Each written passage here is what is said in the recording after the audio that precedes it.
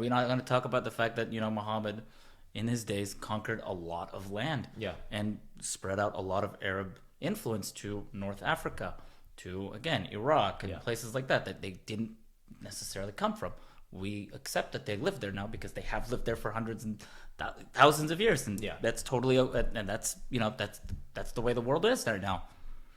I think it's just a word game on behalf of the the woke, the anti-Israel, anti-Western. It really is. It really is. Because it's that whole cultural Marxism, man. It literally is, like, where people will say, and that's why even Dennis Prager talks about this, but the double standard against the Jews, right? It's like over the past couple decades, there's been Muslim on Muslim slaughtering happening all over the world, right? Yet the second Yemenite civil war, Syrian civil war. I think Armenia right now, a lot of Christians are being killed by Muslims, right? And I believe maybe it's the other way around, but I don't remember exactly, but I think that it's the Azerbaijanis against the Armenians. I don't really know exactly what's going on there, but there is a pretty big war going on there that no one seems to know or even honestly care about. Yeah, there's also like the Pakistani Uyghurs, right, in China, right, and yet the world doesn't care about that. And there's also a big war, by the way, going on with Ethiopia and the Tigray communities there as well. So yeah, there's a lot of wars going on in the world. No one gives a fuck. Yeah, unless it's like, oh wait, but Jews the minute responded to an attack. The second there's something going on in Israel, all of it's front page news, and then you see people in the streets.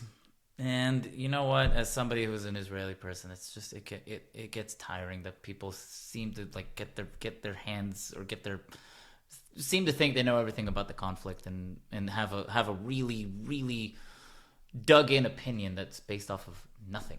Yeah. Like I said, it's a spectrum of low information to high information. There's a lot of people who they're very low information. They think that they're doing what's morally right by standing with the perceived oppressed.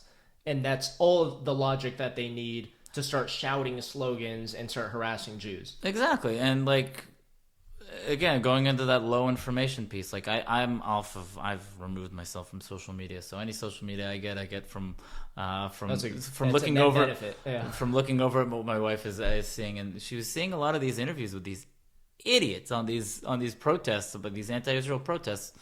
They're screaming, "From the river to the sea, Palestine will be free." More than half of them don't even know what river, what sea they're talking about. Yeah. Just so you guys know, if you guys don't know what river, what sea, it's the Jordan River and it's the Mediterranean Sea. Just FYI. It's basically calling for all Jews to leave the land, basically. All Jews to be thrown into the sea, as a very famous Egyptian president in the 50s would say. Gamal Abdel Nasser, the guy who actually responsible for my family's removal from Egypt, but it's a different story. But it's a deep-rooted phenomenon, Then again, Dennis Prager, he has a whole book on anti-Semitism, and he talks about anti-Semitism, like Muslim anti-Semitism, Jewish anti-Semitism, where you have a lot of your, kind of like maybe even like secular Jews in Israel. No. I was like, actually, I mean, it's kind of an interesting one, but it's, to me, being Israeli and being for my generation, it's kind of, maybe not funny, but. There was racism, even in Israel, within the Jewish communities, between the Ashkenazis and the Sephardic Jews. The Ashkenazic European Jews had a little bit more of an elitism to themselves than the Sephardic Jews did. So my father went through a lot of it when he was a kid, because he grew up in a city that was predominantly, I mean, nowadays I think it's probably more Sephardic than Ashkenazi, but back when he was growing up, there was a lot of Polish people that lived there in that city. So he would hear a lot of racist terms being hurled at him. Yeah. Like one specifically from other Jews who would call him Schwarze Chaya, which means black animal. Wow. Which is horrible, obviously, to hear. Just because more darker skin. Slightly more darker skin, even though my father actually has a pretty light skin, to be honest with you. Yeah. I think it's just the notion that they know that they knew that his family was from Egypt and not from Poland or Germany or I don't know, Russia. Yeah. So something I learned through watching a lot of Ben Shapiro is, I had no idea about this. I know you and I have been talking about this over the past year, but the Jewish community, I think, has one of the strongest community-oriented ideals, right? Where it's like literally once a week on Saturdays, that's the day meant for staying off of phones, not driving, being with your family. I mean, supposed as to an be. ideal, right? Yeah, the ideal, exactly. North Star. But I also believe that a big part of being growing up Jewish, I mean, correct me if I'm wrong, but you guys learn about Jewish history. You learn about the actual history of anti-Semitism and like everything bubbling up to World War II, right? Like that was probably a big focus of like how bad can things get for us if we're not paying attention? Boom, World War II, right? Yeah. Was that something that was heavily like taught to you growing up, or a big To an focus? extent, yeah. To an extent, yeah. I mean, growing up in a Jewish household, slightly more traditional than most of my peers. My mother is not like religious per se. Like she'll be on her phone on the Saturday. But she keeps kosher, for example, and she maintained that in our house. I'll say here, I don't follow a lot of the rules that Judaism has. In my opinion, it's a little too much.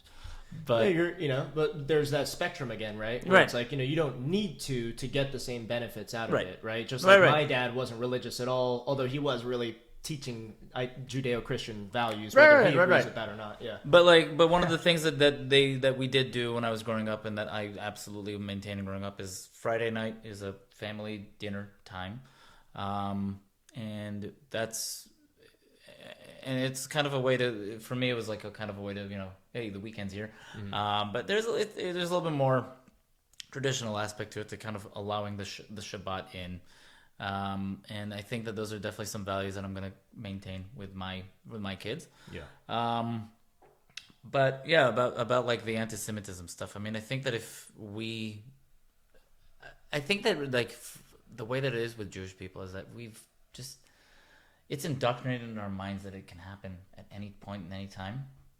And the best way for us to kind of maintain ourselves is through our own community, and to keep ourselves connected to our community, connected to our past, connected to our traditions. And even if you're not necessarily following each and every rule that Judaism wants you to live by, then Yeah. at the very least you know that they exist, and that where it comes from, in a sense. Well, it sounds like deeply intelligent to me that growing up you were told or taught or indoctrinated to understand that it could come back at any point. And me, as a totally non-religious, especially, I mean, you're like the second or third Jewish person I've probably met or have engaged with in dialogue. I'm sure I've met more, but it's just not a big thing in my growing up in community. I'm sure there is in San Diego, but to me, like, I used to always, growing up watching like South Park, right? They would make like, "Oh, you Jew," like kind of jokes. And it was usually something that was like funny because I just never saw any of that stuff happening around. So it's almost one of those things where it's like, "Oh, you can joke about it because it's not fucking happening anymore."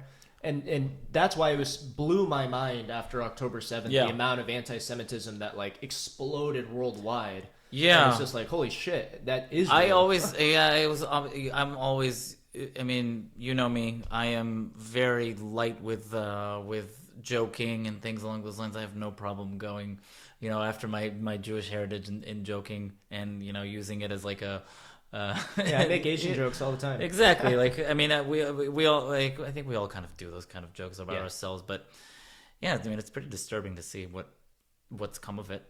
Yeah. And what happened after October 7th. I mean, I kind of, honestly, to some extent, to be honest with you, I think that like in the days after it actually happened, I was talking about, earlier, how shocked I was from A, the military response, and then B, as, you hear about the stories and you hear about the atrocities. And, for me, it obviously created like a sense of like in a belief that like at one, like it's some, like on some level, a part of me thought that maybe this is the time that sentiment will change around the world. Maybe now people will be a little bit more sympathetic or empathetic to the Israeli cause, in a sense. Maybe they'll be a little bit more,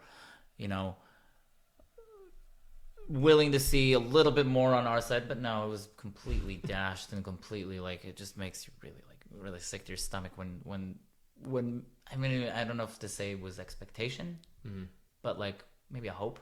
But seeing those hopes dashed was just heartbreaking. Yeah, and I think it's important to note too that, even surveys today will show that people over 65 are very in support of Israel, right? And on the other end of the spectrum, people who are like 16 years old are not pro Hamas. Like they will answer Pro-Hamas. surveys saying that I am pro Hamas. It's like, what the fuck? I think it's that low information piece. Yeah. I remember, and again, this is one of the other things my wife showed me on social media. Like they had this guy that was going around, and he was basically, it's a joke, right? He was going around with like this piece of paper and like getting people to sign up, like, hey, do you support Hamas?